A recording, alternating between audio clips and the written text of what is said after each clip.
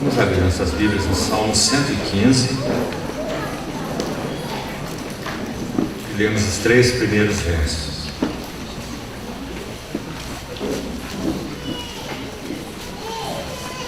Salmo 115.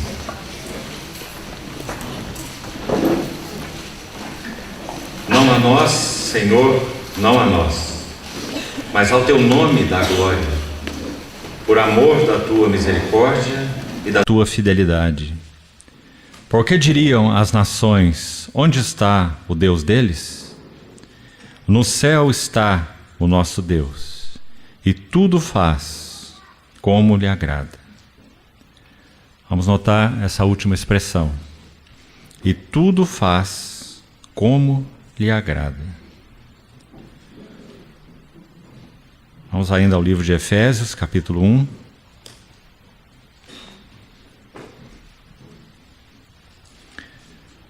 Apenas a parte final do verso 11. Efésios 1, 11.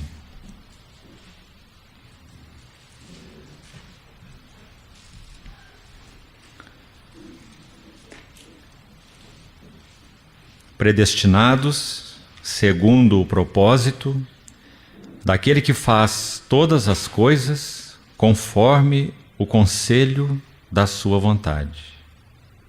E aqui notemos a expressão: aquele que faz todas as coisas conforme o conselho da sua vontade. E ainda um último versículo em Romanos, capítulo 11. Verso 34.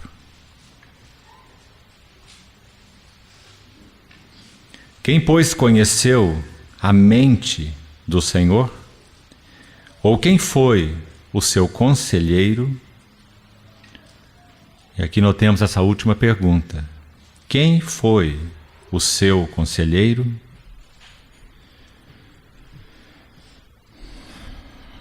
Pai, mais uma vez, confiamos tua palavra lida às tuas mãos.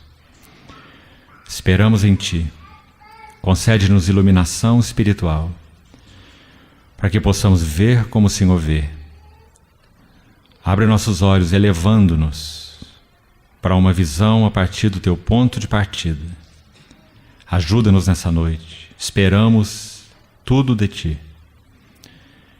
Pedimos em nome de nosso Senhor Jesus. Amém. Irmãos, conforme iniciamos pela manhã, Deus tem um eterno propósito. Deus tem uma sublime intenção. Se isso é verdadeiro, nós temos uma responsabilidade única de sabermos qual é a sua sublime intenção. Não é questão de sabermos detalhes do propósito de Deus inicialmente. É questão de sabermos qual é o cerne, o centro, o âmago dessa sublime intenção de Deus.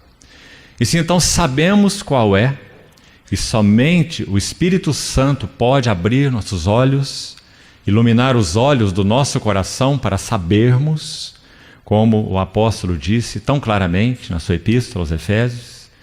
Se isso se torna verdadeiro em nós, então a próxima pergunta, como iniciamos pela manhã, é: será que temos estado envolvidos naquilo que então é a sublime intenção do coração de Deus? Corremos um risco enorme, todos nós como cristãos, de estarmos envolvidos com aquilo que o Senhor não está envolvido. E por outro lado, não estarmos envolvidos com o que realmente o Senhor está envolvido. Nós somos bastante apressados em colocarmos nossas mãos à obra, desconsiderando que quando o Senhor chamou, mesmo nos tempos do Velho Testamento, aqueles sacerdotes para o serviço, o primeiro lugar onde eles recebiam, primeiro o sangue e depois o óleo, era no seu ouvido. Então, posteriormente nas suas mãos e posteriormente no seu pé. O ouvido direito, a mão direita e o pé direito. Isso mostra a norma de Deus para que nós possamos servi-lo e nos envolvermos com o que Ele está envolvido. Primeiro nós precisamos ouvi-lo. Qual é então o seu sublime propósito? Com o que Deus está envolvido? Qual é realmente a intenção do seu coração? O que conta para Deus em tudo o que Ele faz?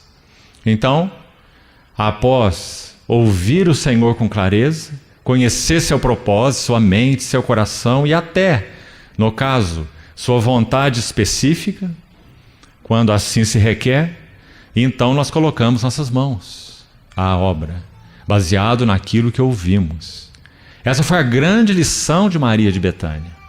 Ela não deixou os pés do Senhor, enquanto não tivesse ouvido de todo.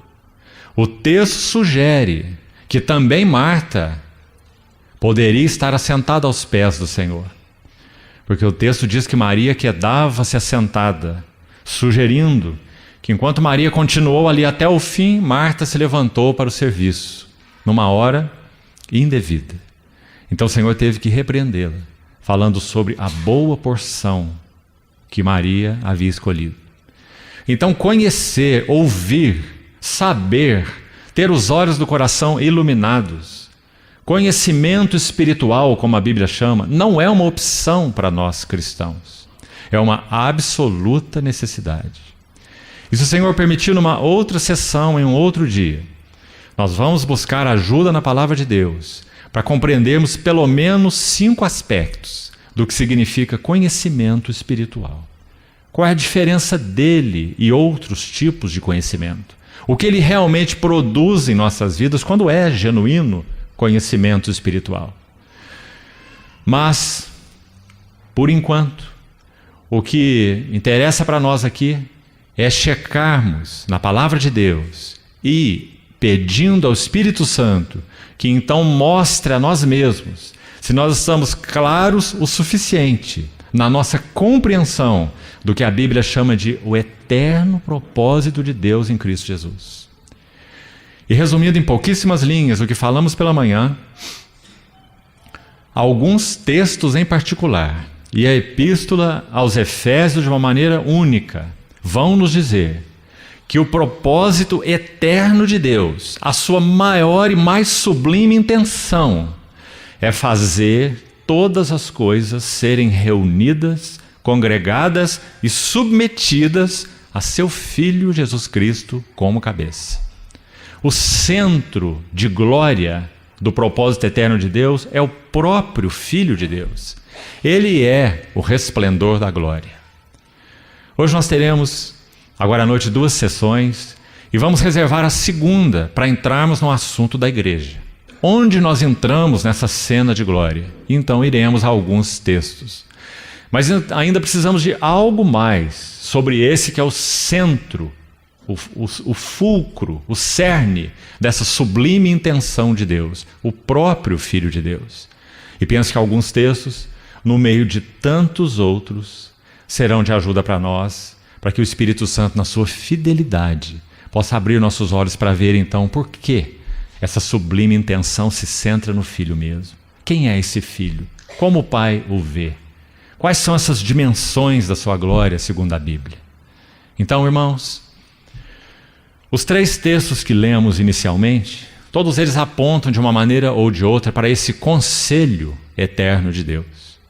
E nós nos alegramos muito ao lermos Romanos 11:34, porque quando Paulo faz aquelas perguntas em Romanos 11, de 33 a 36, nós sabemos que todas aquelas perguntas nos levam a crer que realmente Deus não precisou de ajudador nenhum. Deus faz todas as coisas conforme o conselho de sua vontade, porque tudo é a partir dele, tudo é por meio dele, tudo é para ele mesmo. Então aquela frase última, a segunda pergunta do verso 34 de Romanos 11 diz assim: quem foi seu conselheiro? Alguns dizem que o propósito de Deus de ter criado Adão no 6º dia, e de alguma forma nós não podemos discordar com eles, é que Deus não queria pessoas dando palpite nos seus conselhos. Depois que ele tinha tudo pronto, então ele colocou o homem no seu jardim, no Éden. Ele não pôde dizer nada a respeito do lugar onde ele estava. Quem foi seu conselheiro? Quem primeiro deu a ele para que lhe venha a ser restituído? E quando nós olhamos essa pergunta de Paulo em Romanos, quem foi seu conselheiro, como que dizendo claramente, é uma pergunta retórica, como é chamada. E é óbvio que nessa pergunta retórica, Paulo está dizendo, ele não tem conselheiro. Quem primeiro deu a ele para que ele tenha que restituir? Também ninguém. Deus é único em tudo que faz, em tudo que planeja, em tudo que executa. Quando ele chama cooperadores, porque de Deus nós somos cooperadores, ele não os chama, estritamente falando, porque precisa deles. Um Deus que precisa não é o Deus da Bíblia. O Deus da Bíblia é um Deus que não precisa. Ele não tem necessidade. Tudo ele fez conforme lhe agrada. Salmo 115. Não por necessidade, mas porque era prazer, alegria, desejo do seu coração de amor. Então, um Deus de necessidades, essencialmente falando, é claro, não é o Deus da Bíblia. Em Efésios 1, verso 11, parte final, já lemos, Paulo está nos ajudando a entender Romanos 11, 34. Quem foi seu conselheiro? Ninguém foi seu conselheiro, porque ele não carece de conselheiros. E por quê? Efésios 1, 11, parte final. Porque ele faz todas as coisas conforme o conselho da sua própria vontade. Então Deus aconselhou-se consigo mesmo. Quando Deus se aconselhou consigo mesmo? Ele se aconselhou consigo mesmo num conselho eterno. O conselho eterno da Trindade. Quando não havia nada, um átomo sequer, apenas o Deus incriado. O Deus que não precisa de nada e nem de ninguém. O Deus que é autossuficiente, o Deus que é autônomo e o Deus que é livre. Nós gostamos de usar essas duas últimas palavras para nós com o peito bem cheio. Quando o jovem gastou 6 anos, 7, 8, 10, quem sabe, de universidades, fazendo seu curso, se especializando, e ele conclui seu curso e arruma o seu primeiro emprego, ele diz assim, agora eu sou autônomo. Não é essa palavra que ouvimos? O único ser autônomo no universo é Deus. Porque para ser autônomo, precisa viver de si, por si e para si. E somente Deus pode viver de si mesmo.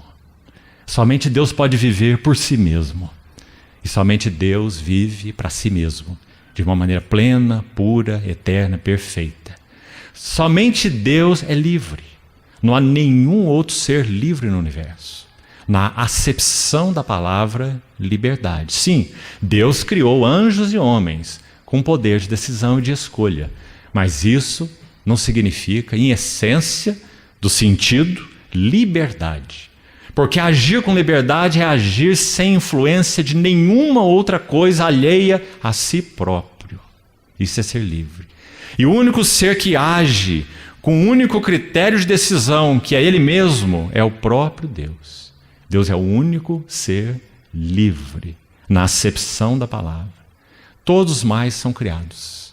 E todos os mais, pela própria essência do assunto, dependem dele, do seu Criador. Então quem foi seu conselheiro? Quem primeiro deu a ele para que ele venha a ser restituído? Ele faz todas as coisas conforme o conselho de sua vontade. Agora precisamos dar mais uns passos. O Salmo 115, verso 3, que lemos, diz que nos céus está o nosso Deus e tudo faz como lhe agrada. Romanos 12, texto tão conhecido, os 2 primeiros versos, usa 2 vezes essa palavra agradável, se referindo ao próprio Deus, dizendo assim, apresenteis vossos corpos como sacrifício vivo, santo, agradável a Deus, que é vosso culto racional ou serviço espiritual. E no verso seguinte de Romanos 12, o verso 2 diz, não vos conformeis com este século, mas transformai-vos pela renovação da vossa mente, para que experimenteis. Agora vamos notar aqui essa expressão de grande ajuda para nós. Experimenteis qual seja a boa, agradável e perfeita vontade de Deus.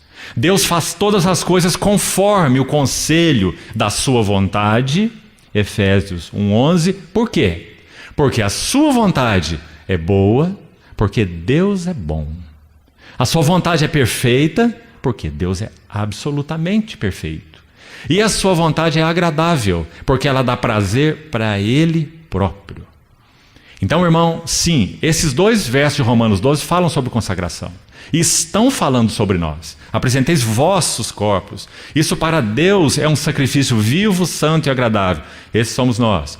Mas o verso 2, quando usa a expressão para que experimenteis, aí também estamos nós vamos entrar nessa experiência. Nós vamos realmente saber, conhecer, experimentar que a vontade de Deus é boa, sempre boa. Que a vontade de Deus é perfeita, sempre perfeita. Não atrasa, não se adianta, não erra. Perfeita. E vamos experimentar que ela é agradável. Esse é um privilégio nosso. Mas, em si, o versículo diz o seguinte, que embora nós possamos e devemos entrar em toda essa experiência, a vontade de Deus é o que ela é, conforme descrita aí, para Ele mesmo. Sua vontade, no ponto de vista dele próprio, é boa. Claro, Ele é bom. Sua vontade, no ponto de vista dele mesmo, é perfeita. Não poderia ser diferente. Ele é perfeito. E a vontade dele, do ponto de vista dele, dá um completo prazer para ele. Então é dito, boa, agradável, perfeita vontade de Deus. A vontade de Deus dá prazer para Ele mesmo. Agrada a Ele mesmo, a si mesmo. Por quê? E aí nós terminamos pela manhã. Porque o versículo 10 de Efésios 1, que lemos, diz que a vontade dele, o aspecto mais central dela, e claro, mais glorioso, é que ele reúne, ele resume todas as coisas em Cristo. Ele torna a congregar, ajunta, reúne e encabeça, coloca tudo debaixo de um único cabeça e governo, que é o seu próprio Filho Jesus Cristo. E quando ele concebeu esse propósito de glória, por isso é chamado Pai da Glória, em Efésios 1:17, porque ele concebeu no seu coração eterno, lá na eternidade passada, antes da criação do mundo, uma cena de glória que iria se manifestar. E nessa cena de glória, que tem múltiplos aspectos, inclui a igreja, inclui sua criação, inclui hostes de anjos, inclui os joelhos daqueles que o negaram, submetidos a ele, inclui os joelhos de demônios dobrados diante dele, nos céus, na terra e debaixo da terra, confessando que Jesus é o Senhor, não para salvação, é óbvio, não há salvação para demônios, mas um reconhecimento de que ele é o único cabeça designado por Deus, o Senhor Jesus Cristo. Deus o fez Senhor e Cristo, e todo joelho se dobrará. Então, diante dessa cena de glória, quem está no centro? O seu próprio Filho. E o privilégio da igreja foi que nessa concepção eterna, dessa cena de glória, que tem o Filho como centro, Deus chamou outros para participarem. De uma maneira única, que anjos mesmo os que não caíram, mesmo os arcanjos, mesmo o Miguel, mesmo o Gabriel, não participarão desta cena de glória, como a igreja participará. O motivo é muito claro. Nenhum anjo, ou querubim, ou serafim, ou arcanjo, ou seja o que for, recebeu dentro de si mesmo a natureza de Deus. Deus só compartilhou sua vida e natureza com o homem que ele criou, com aqueles que foram eleitos em Cristo antes da fundação do mundo. Isso então mostra por que a nossa posição é única no propósito eterno de Deus. Lembre-se, Deus não compartilha sua natureza e vida com anjos, só com aqueles que ele elegeu em Cristo, antes da fundação do mundo. Então, voltando ao ponto central da cena de glória, o Filho. Abra, por favor, Provérbios capítulo 8 agora. Vamos ver um pouco mais desse, que é o centro dessa cena de glória. Provérbios capítulo 8 é um capítulo muito especial no que concerne a uma visão de Cristo, no que ele era em Deus antes da criação de todas as coisas. Então é dito no versículo 12 do capítulo 8 falando sobre a sabedoria, aplica-se um pronome pessoal a ela. É dito: eu, a sabedoria, habito com a prudência. Porque o autor do livro de Provérbios, Salomão, ele vai no capítulo 8 do seu livro personalizar a sabedoria. A sabedoria, segundo Salomão, em Provérbios, no capítulo 8, não é um atributo de Deus. Importante você notar isso. A sabedoria em Provérbios 8 é uma pessoa. Porque um atributo não pode dizer eu. Uma virtude não pode dizer eu. Somente uma pessoa pode dizer eu. Então, o versículo 12 de Provérbios 8 mostra que a sabedoria, que vamos ler aqui algo sobre ela, é personificada. E aí, para que tenhamos já uma luz clara, mesmo antes de ler o texto, Paulo escreve aos Coríntios, agora na luz plena da revelação de Cristo no Novo Testamento, 1 Coríntios 1:30, Paulo diz assim: vós sois dele, de Deus, em Cristo Jesus, o qual Cristo se tornou para nós sabedoria, e justiça, e santificação, e redenção. Ainda no capítulo 1 de 1 Coríntios, ele diz assim: nós pregamos a Cristo, poder de Deus e sabedoria de Deus. Quando ele está confrontando a pregação do Evangelho com judeus e gentios, dizendo que para os judeus era um escândalo e para os gentios era uma loucura. Então ele vai dizer que Cristo é a sabedoria de Deus. E como se não bastasse esses dois textos, aos Colossenses ele vai dizer de novo que Cristo é que possais ser fortalecidos com poder no seu homem interior. Assim ele diz em Efésios capítulo 3, naquela oração. E aos Colossenses ele diz algo semelhante no capítulo 2, que vocês tenham toda a riqueza da forte convicção do entendimento, Colossenses 2:2, para compreenderem plenamente o mistério de Deus, Cristo. E aí ele vai dizer: em quem estão ocultos todos os tesouros da sabedoria e do conhecimento. Então, irmãos, definitivamente a sabedoria de Deus é uma pessoa. A sabedoria de Deus é com S maiúsculo. A sabedoria de Deus é seu Filho, é seu Cristo. E aqui em Provérbios 8 ela está personificada e profetizada, é claro. O verbo ainda não estava encarnado. Então escute bem o que é dito sobre ela. Verso 22, vamos ler alguma coisa aqui. O Senhor me possuía. Mais um pronome, pessoal. Quem é esse me? Versículo 12, a sabedoria. Poderíamos colocá-la aqui com S maiúsculo. Seu Filho, seu verbo, seu logos. Porque o Filho não é criado, o Filho é gerado de Deus. Então o Senhor me possuía no início de sua obra, antes das suas obras mais antigas. Livro de Provérbios é poesia, não é? Um dos 5 livros de poesia. Que poesia mais maravilhosa. Obras mais antigas. O que isso significa? Me possuía antes das obras mais antigas. Uma outra maneira de dizer: Cristo na Trindade, na eternidade. Cristo na eternidade está na Trindade, porque Ele é o Filho gerado de Deus, não criado. Não houve um tempo, entre aspas, lá na eternidade em que Cristo surgiu, em que o Filho surgiu, em que o Logos surgiu. Cristo é eterno com Deus. Deus verdadeiro de Deus verdadeiro. Luz de luz. Conforme aquele conhecido credo niceno. Não é? Desde a eternidade, verso 23, fui estabelecida, porque a sabedoria personificada que está falando aqui, desde o princípio, antes do começo da terra. Antes de haver abismos, eu nasci. Detalhe aqui. Essa expressão em si, aqui no nosso português, pode dar uma ambiguidade.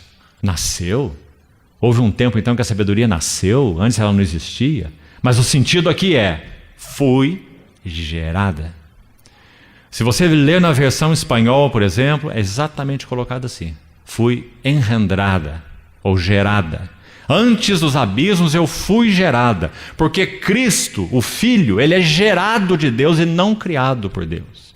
Irmãos, nós não temos uma capacidade, nem espiritualmente falando, e muito menos intelectualmente falando, de compreender plenamente o que nós vamos colocar aqui. Nós vamos seguindo o caminho que a Bíblia nos dá na nossa pequenez e limitação. Escute isso.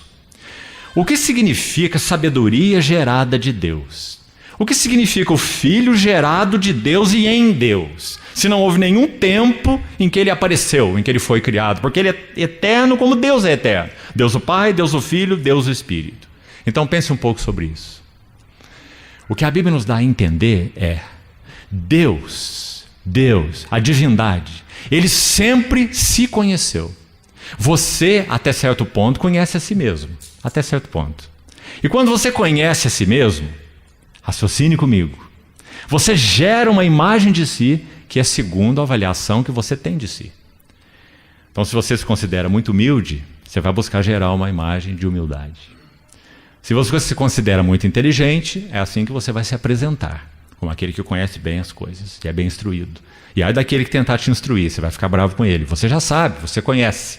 Você tem uma avaliação de si mesmo, você conhece a si mesmo até certo ponto, e por isso gera uma imagem de você que é parcialmente igual a você, porque você se conhece parcialmente. Agora vamos pensar em Deus? Deus conhece a si mesmo plenamente. Você concorda? E Deus, ao conhecer-se, e lembra que esse ao conhecer-se é um ato eterno. Houve um tempo em que Deus começou a conhecer a si mesmo? Nunca. Deus sempre conhece a si mesmo. Um ato eterno, sem princípio e sem fim, como Ele. Deus, ao se conhecer, Ele gera uma imagem de si, que é perfeitamente igual a si, porque Ele se conhece perfeitamente. Essa imagem que Deus gera de si, ao conhecer a si mesmo, é chamada na Bíblia de o Logos. Esse é Cristo, o Filho. Por isso é dito em Colossenses, Ele é a imagem do Deus invisível e o primogênito de toda a criação. Por isso é dito em 2 Coríntios capítulo 4, nós pregamos, Paulo diz, Cristo, 2 Coríntios 4:4, Cristo é a imagem de Deus. Não pregamos a nós mesmos, mas pregamos a Cristo, e a nós mesmos como vossos servos por amor de Jesus. Porque Deus que disse de trevas resplandecerá a luz. 2 Coríntios 4, de 4-6. Paulo vai dizer, nós pregamos a Cristo, que é a imagem de Deus. O autor de Hebreus usa uma palavra muito especial no capítulo 1 de Hebreus, a palavra hipóstasis. Quando ele diz, Ele é o resplendor da glória, se referindo ao Senhor Jesus, Ele é o resplendor da glória e é a expressa imagem do seu ser, ou a hipóstasis do seu ser. Significa que tudo o que a divindade é, só tem um canal de expressão. Tudo que o Pai é e tudo que o Espírito Santo é, como pessoas divinas, só tem uma expressão. Toda divindade expressa-se na pessoa do Logos, do Verbo. No princípio era o Verbo, e o Verbo estava com Deus, e o Verbo era Deus. Nunca conheceríamos a Deus, a não ser que Deus tivesse gerado uma imagem de si mesmo. E esse é o seu Logos. Então por isso João se gloria tanto quando ele vai dizer o Verbo oculto, o Verbo que estava com Deus, o Verbo que era Deus, o Verbo baseado, o Verbo por quem todas as coisas foram criadas. Sem Ele nada do que foi feito se fez. A vida estava nele. Então ele vai chegar ao verso 14 e dizer, e o Verbo, esse mesmo, esse que nós estamos lendo em Provérbios. Eu estava com ele antes das obras mais antigas. Antes de haver abismos, eu fui gerada. Esse Verbo se fez carne e habitou entre nós, cheio de graça e de verdade. E João vai dizer, vimos sua glória. Glória daquele que é único. Não há ninguém que possa ser colocado ao lado dele. É o unigênito gerado do Pai. Graças ao Senhor. Então é isso que Salomão está escrevendo aqui no livro de Provérbios. Sem entender nada do que ele está escrevendo, porque ele está profetizando sobre Cristo. Então, continuando, verso 25 de Provérbios 8. Antes que os montes fossem firmados, antes de haver outeiros, mais uma vez, eu nasci, ou eu fui gerada. Ainda ele não tinha feito a terra, nem as amplidões, nem sequer o princípio do pó do mundo. Que linguagem mais linda, irmãos. Quando ele preparava os céus, aí estava eu. Até mesmo porque sem ele, nada do que foi feito se fez. Porque nele foram criadas todas as coisas no céu e sobre a terra, visíveis e invisíveis. Paulo diz em Colossenses capítulo 1. Quando ele traçava o horizonte, sabe qual é a palavra literal aqui? A órbita. Quando ele traçava a órbita sobre a face do abismo, quando ele firmava as nuvens de cima, quando estabelecia as fontes do abismo, quando fixava ao mar o seu termo para que as suas águas não ultrapassassem seus limites, quando ele compunha os fundamentos da terra, e agora vamos destacar aqui esses 2 versos. É onde, no caso, mais nos interessa. Então preste atenção. Verso 30. Então eu estava com ele, o Pai e o Filho. Eu estava com ele e era o seu arquiteto. Dia após dia era as suas delícias. Exatamente é essa a palavra original. Objeto de prazer, objeto de delícias. Eu era as suas delícias, folgando perante ele em todo o tempo e regozijando. Também na língua original a palavra para folgando e para regozijando é a mesma. Fala brincando, me alegrando, gracejando, me regozijando mesmo, como foi traduzido aí. É uma linguagem de festa, uma brincadeira doméstica. Você vê que linguagem linda aí? O Pai e o Filho. Quando ele colocava os fundamentos do abismo, ali estava eu, me alegrando, me regozijando, me recriando com ele. O Pai e o Filho. Criando. Verso 31. Regozijando-me no seu mundo habitável, e agora escute, e achando as minhas delícias com os filhos dos homens. No verso 30, nós temos Cristo como delícias de Deus. No verso 31, nós temos a nós como delícias de Cristo. Que lindo, irmãos. Em 2 versículos, em pleno Velho Testamento, nós temos uma alusão àquela luz clara do Novo Testamento, como já citamos pela manhã, que vai nos dizer que Cristo é o mistério de Deus e que vai nos dizer que a igreja é o mistério de Cristo. Paulo ajunta essas 2 coisas em Efésios e diz assim: grande é esse mistério, mas eu me refiro a Cristo e a igreja, porque Cristo é o mistério de Deus e porque a igreja é o mistério de Cristo. Então, por que Deus colocou o seu Filho no centro da cena de glória? Aqui está a explicação, verso 30. Porque ele é a delícia de Deus. Todo o prazer de Deus está no seu Filho. Regozijar seu Filho, criar para o seu Filho, alegrar o seu Filho, dar todas as coisas para o seu Filho. Hebreus 1:2 vai dizer: ele é o herdeiro de todas as coisas, porque por meio dele Deus fez o universo. Que linguagem! Então, esse é o motivo de Cristo ser o centro da cena de glória. É porque ele é o centro das delícias de Deus, o Pai. Este é o meu Filho amado e nele eu tenho todo o meu prazer. Vamos seguir com mais um texto. Veja, voltemos a Efésios capítulo 1, onde nós paramos pela manhã. Efésios capítulo 1, verso 9, onde nós estávamos. Desvendando-nos o mistério da sua vontade, segundo o seu prazer, alegria, contentamento, delícias, como lemos em Provérbios, segundo o seu beneplácito, que propusera, ou que apresentou para a visão pública, ou expôs em Cristo, de fazer convergir nele, na dispensação da plenitude dos tempos, todas as coisas, tanto as da terra como as do céu. Nele, digo, no qual também fomos feitos herança, predestinados segundo o propósito daquele que faz todas as coisas conforme o conselho de sua vontade. O verso 11 já nos incluiu. incluiu a igreja. Assunto para a nossa segunda sessão. Mas ainda vamos ficar um pouco aqui nesse que é o centro da cena de glória de Deus, o próprio Filho. Vamos para Colossenses capítulo 1. O texto que citamos, mas não lemos. Vamos abrir esse texto. E vamos, com a ajuda do Senhor, observar alguns detalhes preciosos aqui sobre a glória do Filho. No século passado, século XX, um irmão, um estudioso das Escrituras, usou uma palavra interessante que não existe essencialmente nem no inglês e nem na tradução que vamos buscar usar aqui, nem no português, mas que seria uma palavra excelente para nós nos referirmos a Cristo e a singularidade dele no que concerne ao propósito eterno de Deus e quando comparado a nós, os muitos filhos. Esse irmão usou a palavra otherness, que significaria no inglês uma característica de ser outro, de não ser igual. Otherness.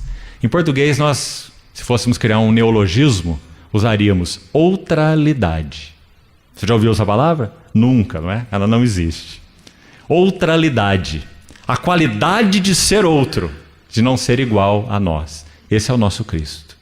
Embora o Filho de Deus tenha se feito carne, ele é outro diferente de nós. Hebreus vai dizer assim: nos convinha um sumo sacerdote como este, santo, inculpável, sem mácula, separado dos pecadores e feito mais alto do que os céus. Sabe o que mais ele diz?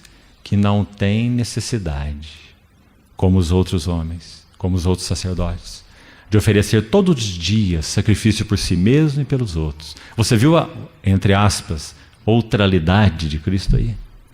Ele é totalmente outro. Embora ele tenha se feito homem e se chamado de filho do homem, palavra que ele se aplicava a ele mais que qualquer outra, ele é um homem distinto de nós. Não há medidas de comparação entre Cristo e nós. Ele é totalmente outro. Então, aqui em Colossenses ele é descrito assim, verso 15 do capítulo 1. Ele é a imagem do Deus invisível. Ó, irmãos, esse texto, a partir do verso 15, vai deixar tão claro porque Deus estabeleceu toda essa cena de glória tendo seu Filho como centro. O motivo, na verdade, é tão simples. É que nada e nem ninguém pode se comparar a ele. Nenhum ser criado pode comparar-se a ele em glória, em dignidade. Ele é a imagem do Deus invisível. A palavra para imagem é tão bonita. Significa aquela impressão feita na cera pelo anel de selar de um nobre, que autenticava um documento como sendo dele. Ele não estava lá junto com o documento, ele enviava o seu documento. Ele estava lá no seu palácio. Mas aquele documento, com aquela marca daquele anel, era uma autenticação real, nobre, ele mesmo. Quando diz, ele é a imagem do Deus invisível, significa que aquela contraparte que foi impressa na cera é idêntica àquela outra parte que está no anel. Elas se correspondem. Por isso nós falamos no início. Deus, quando se conhece, ou ao conhecer-se, ele sempre se conhece, ele gera uma imagem de si, que é exatamente igual a si. Porque Deus não se conhece em parte. O conhecimento de Deus não aumenta e nem diminui. Ele se conhece plena e perfeitamente. Ao se conhecer, ele gera uma imagem de si. Ele é a imagem do Deus invisível. 2 vezes nesse contexto, de 15 a 23, Paulo usa a palavra primogênito. Olha o versículo 15. Ele é primogênito de toda a criação. E veja o versículo 18. Ele é o primogênito de entre os mortos. Localizou aí? Essas duas palavras resumem a seção toda de 15 a 23. Você pode colocar as duas frases como cabeça de coluna aqui. Ele é primogênito de toda a criação. Então ele vai dizer por que ele é primogênito de toda a criação. Já vamos ver rapidamente alguma coisa nessa seção. E depois aqui na cabeça de outra coluna, ele é primogênito de entre os mortos. E nós vamos ver por que ele é o primogênito de entre os mortos. O que isso significa para ele. Então essas duas palavras, primogênito aí, Elas estabelecem os dois aspectos principais do que Paulo tem a dizer sobre a glória do Filho, o Senhor Jesus. Então, é dito, ele é primogênito de toda a criação, pois nele foram criadas todas as coisas. Que nele, importante esse aqui. Deus estabeleceu a Cristo como centro de toda a cena de glória, porque nele foram criadas todas as coisas. Ele é como essa esfera sobre a qual todas as coisas subsistem. Ele vai usar essa expressão mais tarde. Se o Senhor Jesus, se o Filho, se o Verbo fosse removido da criação, todas as coisas se desintegrariam. Porque ele vai usar uma outra expressão aí, estamos passando rápido sobre elas. Mais à frente, no verso 17, ele vai dizer, nele tudo subsiste. E a ideia lá é uma coesão de partículas. Assim como lá no microcosmo, você tem aquele sistema atômico, onde aquelas partículas giram em torno daquele núcleo, assim no macrocosmo. Nele tudo subsiste. Ou seja, nele tudo se mantém coeso. Ele ainda diz, no verso 16, as coisas visíveis e invisíveis, tronos, soberanias, principados, potestades, tudo foi criado por meio dele e para ele. O texto que lemos em Romanos 11, literalmente falando, ele fala de Deus, ele não especifica Cristo. Ó a profundidade da riqueza, tanto da sabedoria quanto do conhecimento de Deus, diz o texto, se referindo à divindade, não apenas ao Filho. Aí vai dizer quem foi o conselheiro de Deus, quem primeiro deu a Deus para que ele venha a ser restituído, porque dele quem? Deus é o sujeito ali. Dele, por meio dele, para ele. Nesse texto aos Colossenses, Paulo explica, Paulo aplica. Não apenas Deus no sentido amplo, mas Cristo no sentido particular. Está dizendo que todas as coisas foram criadas nele. Agora esse nele aqui não é Deus. Esse nele aqui é especificamente Cristo, o Filho. Aquele que é a imagem do Deus invisível. Então nele foram criadas todas as coisas, no céu, na terra, etc. Visíveis e invisíveis. Tudo por meio dele, porque ele é o veículo de toda a criação. Tudo para ele, porque ele é a razão de toda a criação. O nele diz que ele é a esfera da criação. O por meio dele diz que ele é o veículo da criação. O para ele diz que ele é a razão da criação. Depois, verso 18. Ele parte agora da criação e vai para a nova criação. Não perca esse detalhe aí, porque nós estamos vendo a glória de Cristo em dois reinos. Reino da criação, reino da nova criação. No reino da criação, ele é o primogênito de toda a criação. No reino da nova criação, ele é o primogênito de entre os mortos. Viu isso, irmão? Primogênito, ele é, verso 18, ele é a cabeça do corpo da igreja, ele é o princípio e o primogênito de entre os mortos. É porque ele é o primogênito de entre os mortos que ele foi constituído cabeça da igreja. Se ele não fosse o primogênito dos mortos, ele não poderia ser cabeça da igreja. Ele não poderia ser o princípio, verso 18. Veja bem que essa palavra, ele é o princípio, não está se referindo ao princípio da criação. Ele já falou da criação nos versos anteriores. Aqui ele está falando da nova criação. Ele é a cabeça do corpo da igreja. Então essa é a nova criação, o novo homem da nova criação. Ele é o princípio, é o primogênito de entre os mortos. E escute essa frase aqui. Se você não tem ela registrada aí, registre. Porque é o Espírito Santo nos dando uma frase simples, única, direta, para resumir todo o eterno propósito de Deus. Então, se nós perguntarmos qual é o eterno propósito de Deus, nesse versículo teríamos uma resposta definida, clara, na linguagem de Paulo. Para em todas as coisas ter a primazia. Então você viu que aqui a igreja não está incluída? Aqui? Você viu nessa frase? Não é para que a igreja tenha primazia. Não é para que a igreja ocupe o centro. É para que Cristo tenha toda a primazia. Então esse é o centro da sublime intenção de Deus, do propósito eterno de Deus. Ele, o Filho, ter toda primazia. Primaz é o mais importante, o mais elevado.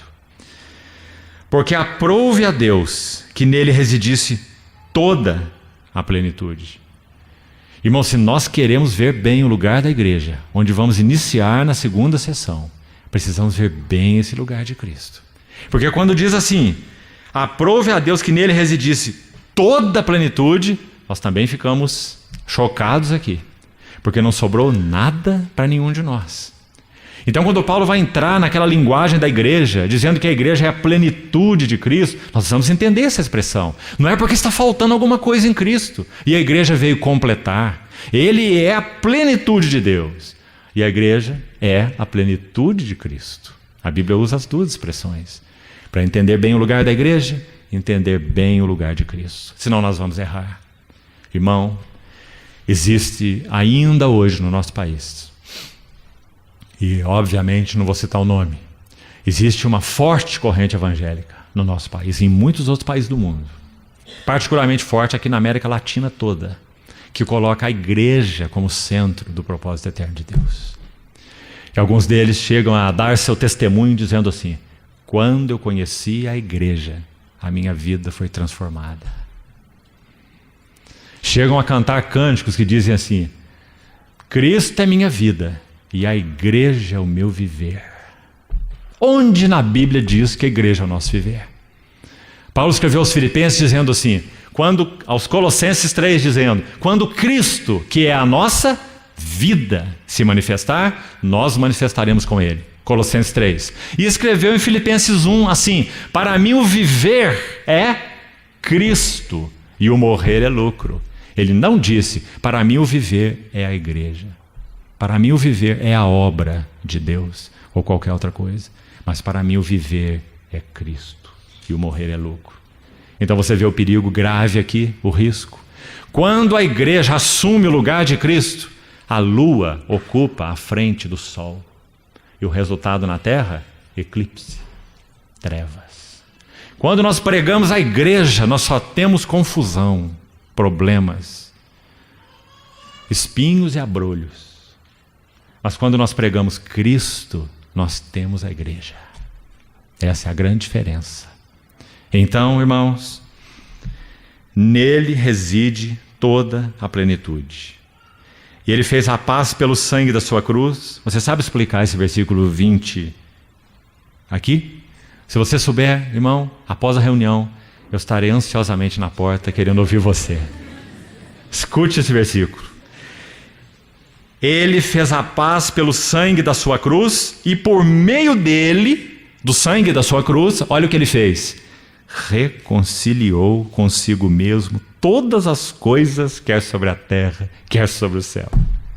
Quando ele diz todas as coisas, irmão, você vai lá buscar seus manuais de estudo bíblico, vá lá no seu léxico grego, estude essa expressão, gaste aí sua inteligência e você vai chegar à conclusão que todas as coisas na Bíblia significa todas as coisas. Reconciliar-se consigo mesmo todas as coisas. Nada vai ficar de fora, nem os anjos rebeldes. Aí você vai perguntar: poxa, mas será então que os anjos rebeldes vão ser convertidos? Será que vai ter oportunidade para conversão de demônio futura? Porque está escrito que ele vai reconciliar todas as coisas. Então isso são especulações, né? Inadequadas. Isso não acontecerá de maneira nenhuma, eles já estão condenados. Mas a Bíblia não está falando de salvação, a Bíblia não está falando de regeneração aqui, ela está falando de reconciliação. Diferente. Ela está dizendo que isso que hoje é, desde que Lúcifer se rebelou e injetou esse veneno no homem, no Éden, e todos, por natureza, somos filhos de Adão, e o universo entrou em caos. Quando o Senhor Jesus se manifestar, mostrar seu rosto de novo para esse universo, ele vai pôr tudo em ordem. Então ele vai reconciliar consigo mesmo todas as coisas, quer na terra, quer nos céus. Ou seja, ele vai colocar nas esferas devidas de ordem e de harmonia. Então por isso nós falamos no início, não tente explicar isso muito a fundo não, você vai entrar em parafuso. Mas ele vai fazer. Ele vai acabar com o caos. Ele vai acabar com qualquer esfera de rebelião. Ele vai colocar cada peça no seu devido lugar, de modo que a reconciliação de todas as coisas fique evidente. Não haverá esfera de inimizade mais. Não haverá esfera de desgoverno. Não haverá nenhuma esfera de desarmonia. Ficou um pouquinho mais claro agora? E é até aí só que podemos chegar. Ele vai reconciliar consigo mesmo todas as coisas, quer da terra, quer dos céus. Por causa do poder reconciliador da morte de Cristo na cruz do Calvário. Nós somos tão egocêntricos que quando nós olhamos para aquela cruz, sabe o que nós vemos? A maioria das vezes? Nós e o perdão dos nossos pecados. É isso que nós vemos. Amém, está incluído lá. Mas sabe o que aquela cruz fez? Reconciliou consigo mesmo todas as coisas. O que aquela cruz fez? Permitiu que Deus recebesse os seus direitos reais. Que os direitos de Deus fossem vindicados novamente. Reconciliou consigo mesmo todas as coisas. Que versículo! Esse Colossenses 1:20, irmão. Aguarde a cena de glória. Paulo vai falar em Romanos 8, na esperança nós fomos salvos. Esperança que se vê não é esperança. Ah, se Deus pudesse abrir o céu um pouco mais pelo seu Espírito e nos dar algo mais do entendimento dessas coisas. Sabe o que nós iríamos fazer? Nós iríamos ter que dizer: para, Senhor, esse tabernáculo não resiste a essa revelação. Reconciliar-se consigo mesmo todas as coisas, no céu e na terra. Aí ele vai seguir. E a vós outros. Que bom. Tirou o nosso egocentrismo de cena. Não é? Agora nós entramos. E a vós outros, que outrora eres estranhos e inimigos no entendimento pelas obras malignas, agora tem um reconciliou para nós também, no versículo 22. Mas você viu que não é o centro? Você viu que Deus, quando enviou o seu Filho e Ele realizou sua obra na cruz, todo o universo de Deus estava em prisma? Ele estava contemplando toda a sua criação, não apenas nós, nosso perdão, nossa paz, nossa justificação. E nós aplicamos a cruz de todas as formas para nós mesmos. Mas a cruz é muito maior que a nossa redenção. A cruz é cósmica, universal.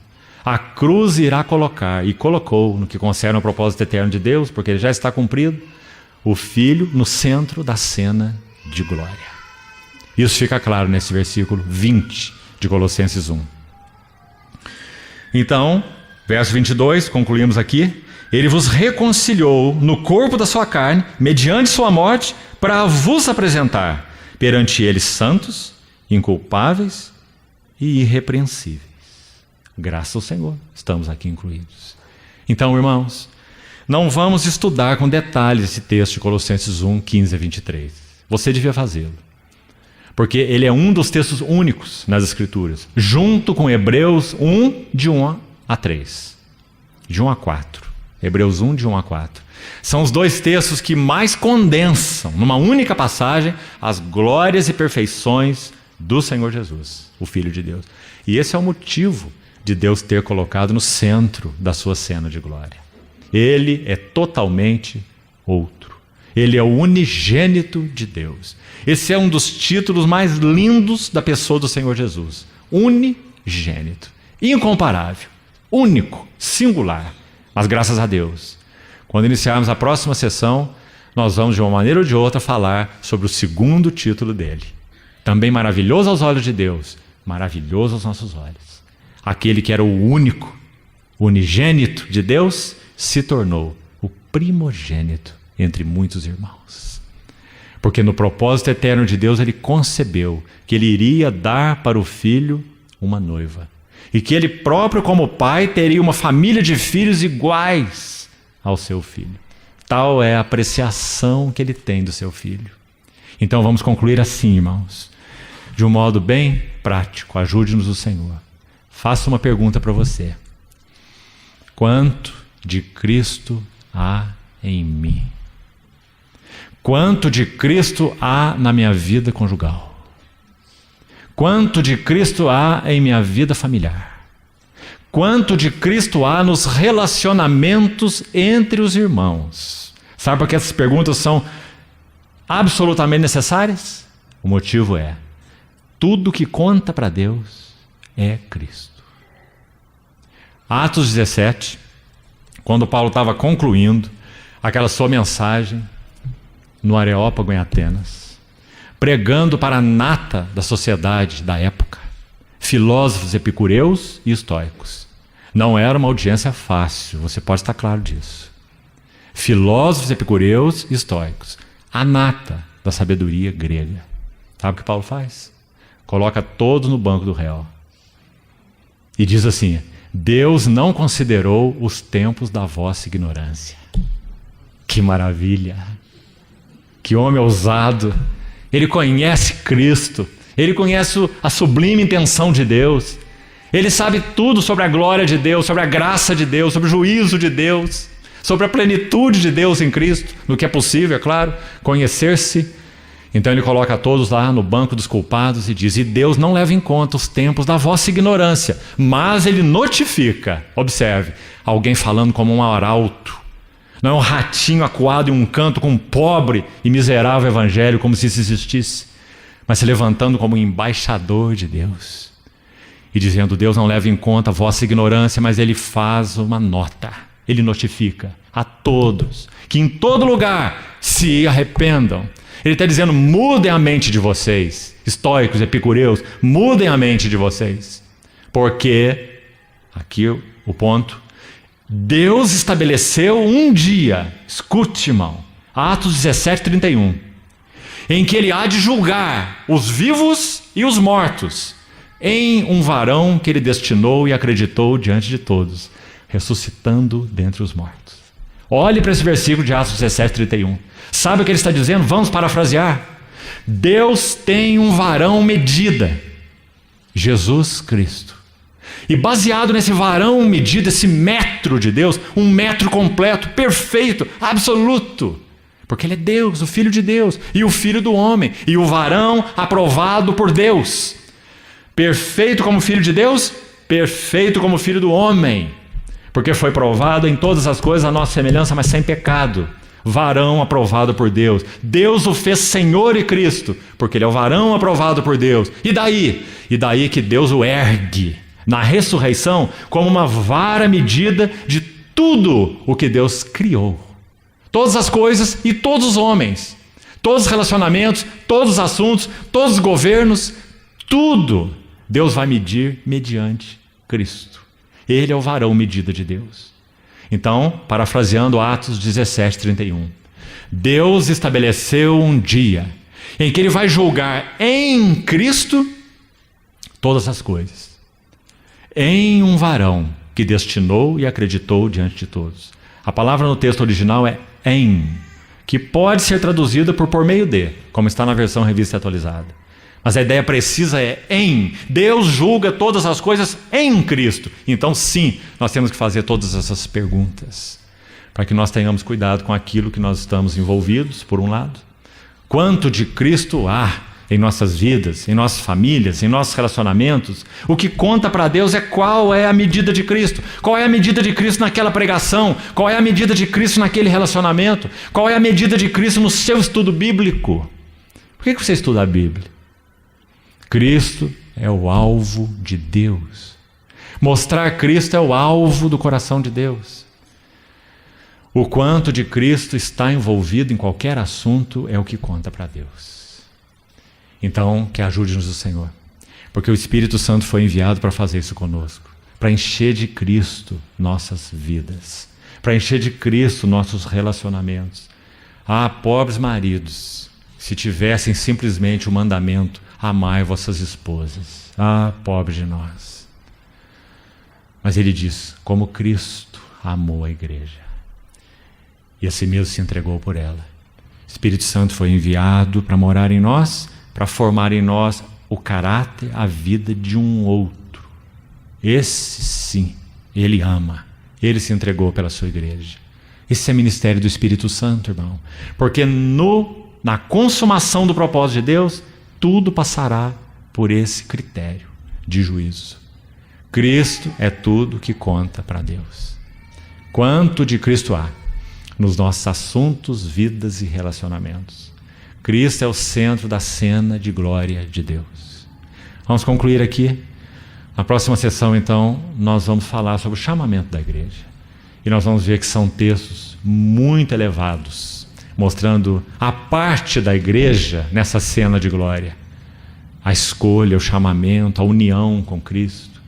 E é claro, óbvio, que vamos ter que fazer isso de maneira também bem resumida, para podermos avançar. Mas cremos que o Senhor poderá usar cada versículo para que a palavra salte da Bíblia como revelação para dentro do nosso coração.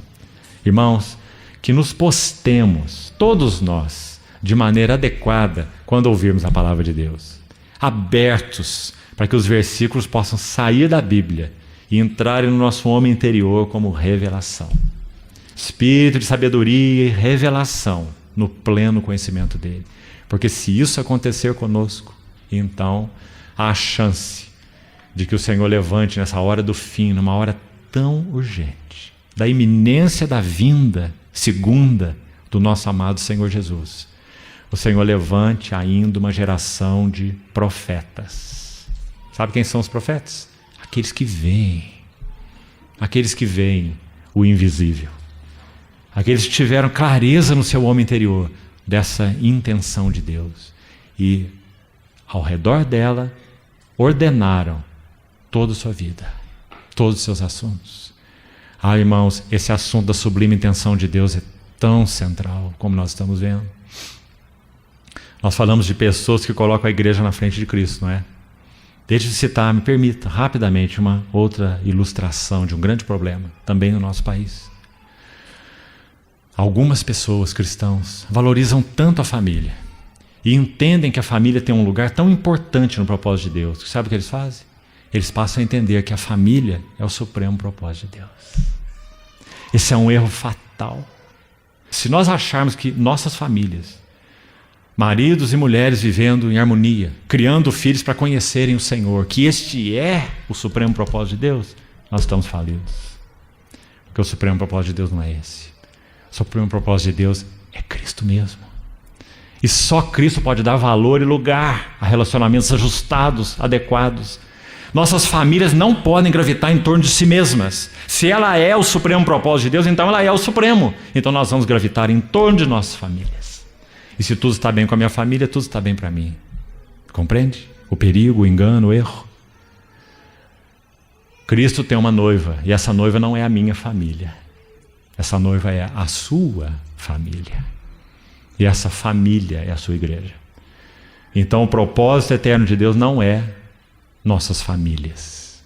O supremo propósito de Deus é que Cristo tenha primazia e preeminência em todas as coisas, inclusive nas nossas famílias. Elas só podem ser saudáveis e ajustadas se Cristo for o centro.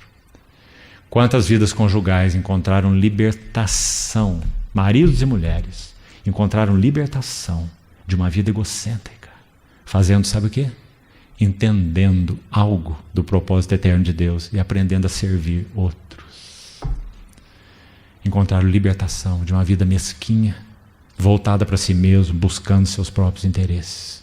Cada um tentando usar o outro para o seu serviço. Essa é a vida conjugal da maioria de nós. Para o seu prazer, para o seu benefício, para o seu serviço, para a sua satisfação.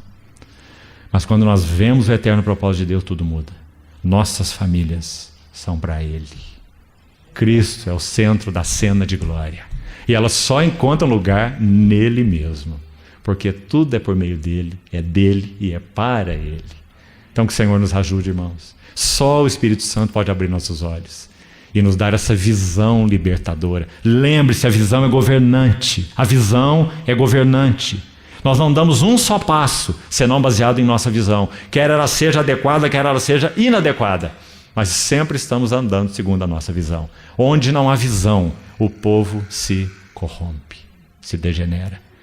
Então vamos orar ao Senhor ainda antes de encerrarmos essa sessão, pedindo a Ele, o único que pode abrir os nossos olhos, o bendito Espírito Santo, para revelar-nos algo mais dessa sublime intenção. E que tudo na nossa vida venha a gravitar em torno da sua sublime intenção. Muitas correções nós vamos passar, muitos ajustes nós vamos ter. Mesmo que o Espírito Santo traga um impacto real disso agora para você, você não vai sair dessa porta e a sua vida conjugal foi transformada. Não. Mas, sim, você passará a ter uma visão governante. Então nós vamos ver tudo baseado nesse prisma, a visão governante. Então vamos orar ao Senhor e encerrarmos essa primeira sessão. Senhor, assim nós nos confiamos a Ti nessa noite. Não queremos, Senhor, ter mais uma vez um estudo a respeito do teu eterno propósito. Te pedimos que o teu espírito de sabedoria e de revelação rasgue o véu para o nosso homem interior e nós possamos ver como o Senhor vê. E sim, Senhor, queremos tudo em nossas vidas ajustado de acordo com a tua sublime intenção. Que Cristo tenha primazia em todas as coisas. Abre nossos olhos, Senhor, faça isso. Por tua graça te pedimos e por amor do teu nome. Em nome de Jesus. Amém, Senhor.